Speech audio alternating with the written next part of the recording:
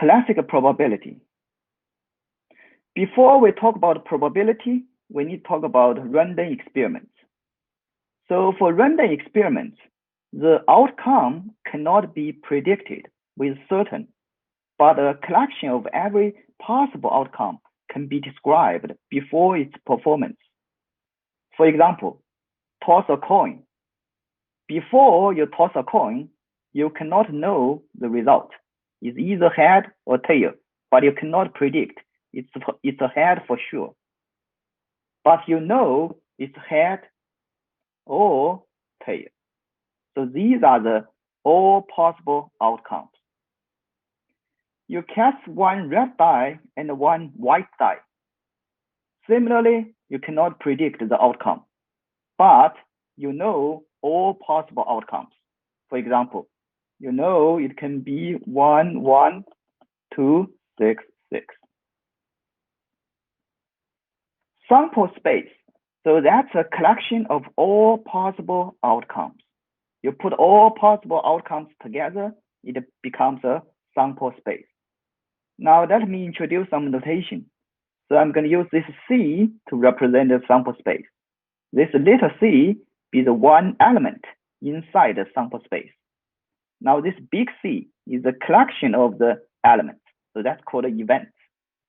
For example, in example 2, I'm going to cast one red die and one white die. So this is C. So this is C. This is a sample space. Now this big C event is a collection of the pair for which the sum is 7. So this C is an event. So the sum should be 7. So it's 1, 6, 2, 5, 3, 4, 4, 3, 5, 2, 6, 1. So this is C. Now, if it's a failed die, everybody should know what's the probability of this event. You just count. How many possible outcomes? 36. Now inside, 1, 2, 3, 4, 5, 6. So this is 1/6. The probability of this event, so the pair, the sum is 7. To introduce probability, we need to talk about set. So set is a collection of the objects. So you put all the elements together, it becomes a set. For example, C1 is this X between 0 and 1. So that's in one-dimensional space. C1 is an interval. Right? C1 is an interval from 0 to 1. So this is C1. Now C2 is in two-dimensional space. X plus Y between 0 and 3. So in two-dimensional space, X plus Y equal to 0. Equal to 0, so it's this line. Now X plus Y equal to 3. So it's this line. Between 0 and 3, so all the point here. So that's C2. Now element of the set or point in set. Okay, so it's one element. So for example, 1/4 is in C1. 1/1 is in C2. So 1/4 is here. So it's inside C1. 1/1 is here. This is 1/1. It's inside C2. There is a special set, it's called a non-set or empty set. So it's nothing inside. That's called empty set. Also, you can compare two different sets. For example, you can define subset. So C1 is a subset of C2. If for any element inside C1, it also belongs to C2. For example, C1 is X between 0 and 1. C2 is X between -1 to 4. So this is -1, this is 4. So this is C2, this is C1. So C1 is a subset of C2. We can define all kinds of set operations. For example, union, intersection, complement, right? So it's a C1 union C2. You just put all the elements together. C1 intersection C2, the common elements of C1 and C2. Complement, C1 complement. So the elements which are not inside C1. There is a useful tool. It's called a Venn diagram, right? Venn diagram. For example, you can use this rectangle to represent the total sample space. Don't forget the sample space. You can use the circle inside to denote one set. This is C1. You can denote this is C2, right? So this is the intersection. This is the union of C1 and C2. So this is how you use Venn diagram to represent the set operation. After we define the set, I can introduce the set function. Now, before we talk about set function, everybody knows what is a point function. The point function means what? The input is a point. Input is a number. So that's a point function. So these kind of functions, they are what we learned in calculus. You give me an x, I give you fx.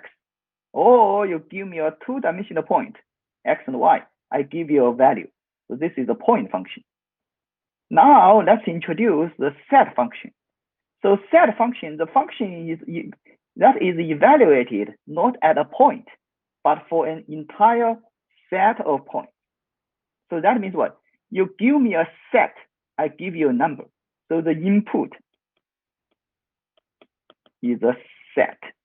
So that's a set function. For example, let C be a set in one-dimensional space, and QC be equal to the number of positive integers in C. Then QC is a set function. You give me a set, I'm going to count how many positive integers in this set. For example, you give me a set x between 0 and 5. QC is 4. The number of positive integers is 1, 2, 3, 4. If C is -2, -1, then QC is 0. There is no positive integer. Now I can give you some notation. So if I do integration fx, I can do double integration fx. So these are all set functions. I can do sum over C. I can do double sum over C. So this is a two-dimensional subset of C. For example, let C be a one-dimensional set. QC is this integration. So you give me a C, I will do integration. Then this QC is a set function. Now I give you C. So it's x greater than 0, less than infinity. So you can calculate QC will be this integration. So it's very easy to get this QC is 1. If you give me another different C, I can evaluate this integral over this C, give you the value of this set function. There is a very special set function. It's called a probability. So now we should know probability is a special set function. So it is a probability set function. What is so special about this probability set function? Let C be the sample space. Let B be the collection of the subset of C. So inside this B, there are events. Now notation, I'm going to use P to denote the probability. So that's a convention. The P is a probability set function. It is a special set function. It must satisfy these 3 conditions. First, probability of C should be non-negative for any event. So probability is non-negative. So we don't talk about probability of something is negative 200%. That's wrong. That's not a probability.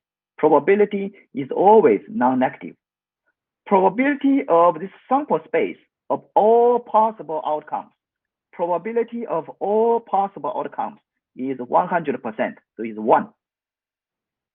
The third condition, if Cn is a sequence of set in B, and Cn is empty set, so there's a lot of sets.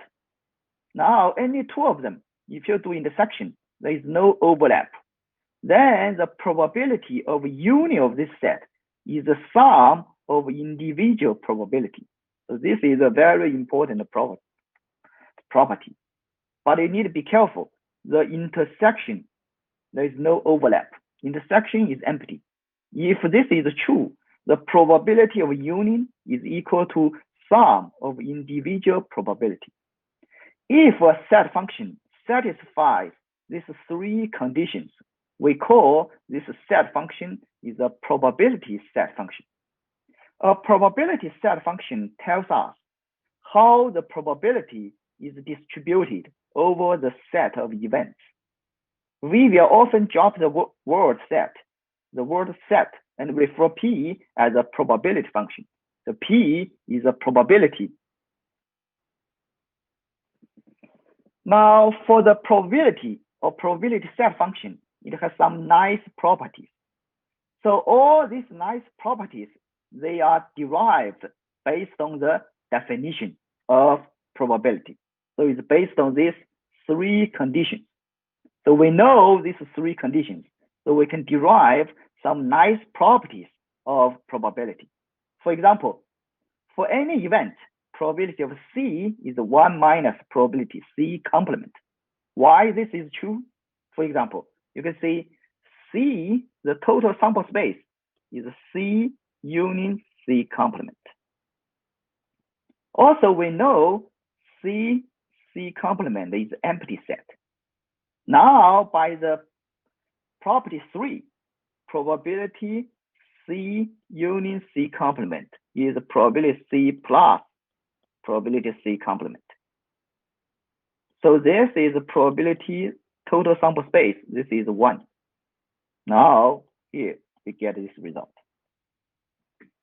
Now, for other theorems, we can establish similarly.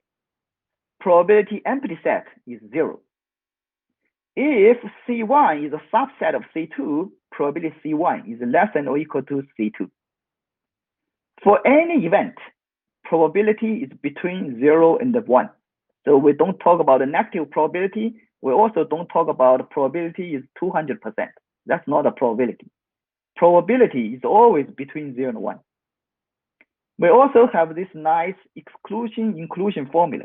Probability C1 union C2 is probability C1 plus probability C2 minus probability C1 intersection C2. If you draw a Venn diagram, this is obvious.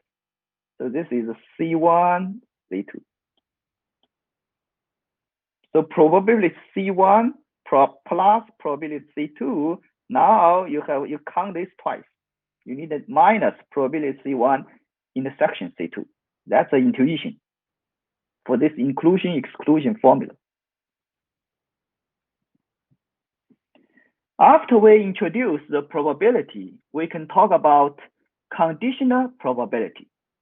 So conditional probability, the definition is conditional probability of event C2 given the event C1. So provided probability C1 greater than 0. So that's a notation. Probability C2 given C1. This is the definition. So the numerator is the probability C1 intersection C2.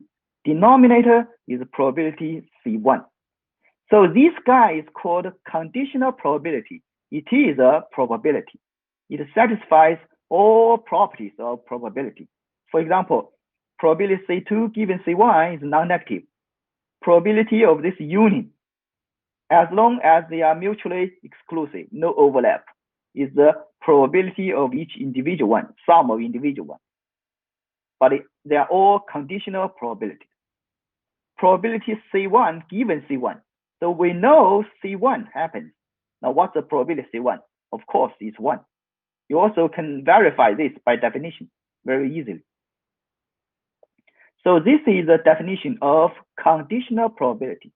We know C1 happens. What's the probability of C2? For example, this is a random experiment. 5 cards from 52 cards. I'm asking you to compute conditional probability of an all spade hands C2, given that there are at least 4 spades in hand C1. So probability C2 given C1. By definition, the numerator probability C1 intersection C2, denominator probability C1. Now let's calculate the probability C1 first. So at least 4 spades. So that means you have either 4 spades or you have 5 spades. Now 52 choose 5. These are all possible situations. 13 choose 4, so you have exactly 4 space. 39 choose 1. You have 13 choose 5, exact 5 space. Now probability C1 intersection C2. So C2 is 5 space. C1 is either 4 or 5. So C2 is a subset of C1. If you do intersection, it's probability of C2. Now C2, 5 space. 52 choose 5. 13 choose 5. We can calculate the probability. So for this example, we use the definition of conditional probability. Based on the definition of conditional probability, we can define something called the multiplication rule. So this is a useful rule. It calculates probability C1 intersection C2. So this is probability C1 times probability C2 given C1. So this is based on definition. Equal to probability C1 intersection C2, probability C1. Now let's take a look at this example. 52 cards. Compute the probability that the third spade appears on the 6th drawer.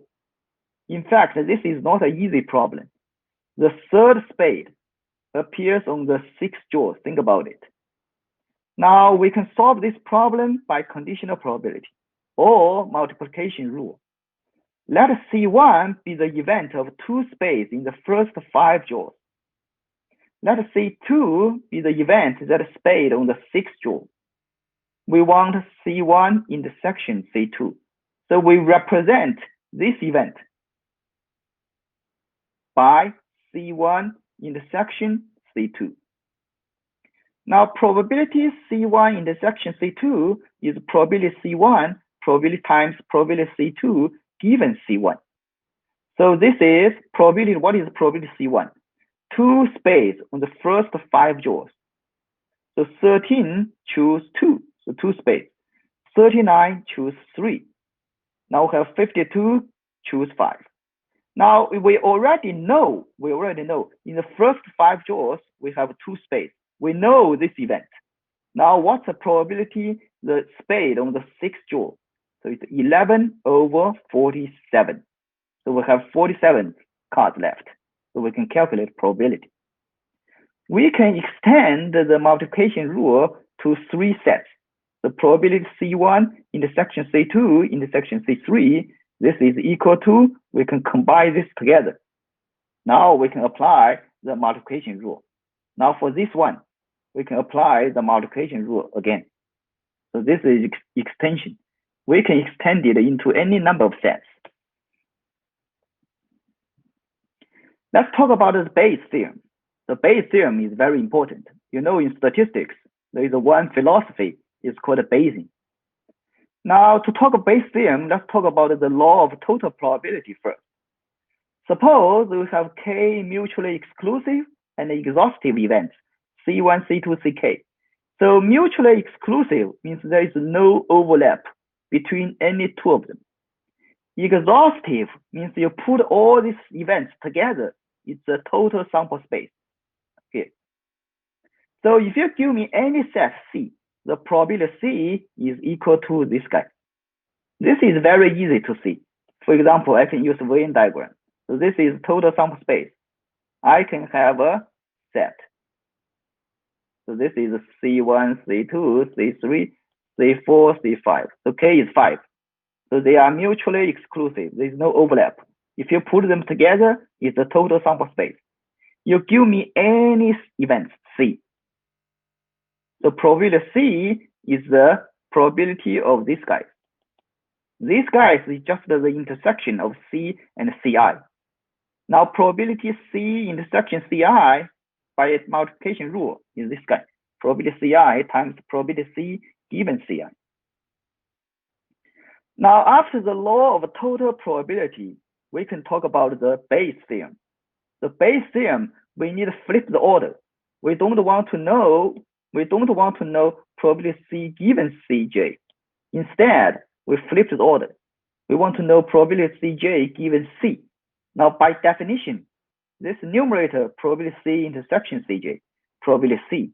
So denominator, this is law of total probability. Those numerator, this is a definition, multiplication rule, probability Cj, probability C given Cj. So this is a base thing. We can take a look at an example. There is a bowl C1. It includes 3 red and 7 blue chips. Bowl C2, it has 8 red and 2 blue chips. All chips are identical in size and shape. A die is cast and C1 is selected if 5 or 6 appear. Otherwise, C2 is selected. Compute the conditional probability of bowl C1 is selected given that a red chip is drawn.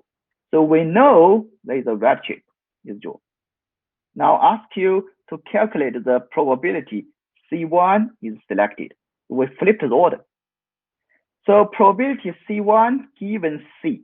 C, that's a red chip, is drawn. So by the base theorem, the numerator, probability C1, probability C given C1. This is law of total probability. So probability C1. The C1 is selected if 5 or 6. So it's 2 over 6. Given C1, what's the chance you get red chip? Given C1, what's the chance you get red chip? 3 over 10. Similarly, you can get a probability C2, 4 over 6. Given C2, what's the chance you get red chip? 8 over 10. Now you can get the probability. So this is how we apply the base theorem to calculate this conditional probability. Next, let's talk about independency. Now, independency, what's the meaning of independency? So C1 and C2 are independent. So that means you know C1 happens or you don't know C1 happens. The probability of C2 does not change. So probability C2 given C1 is equal to probability of C2.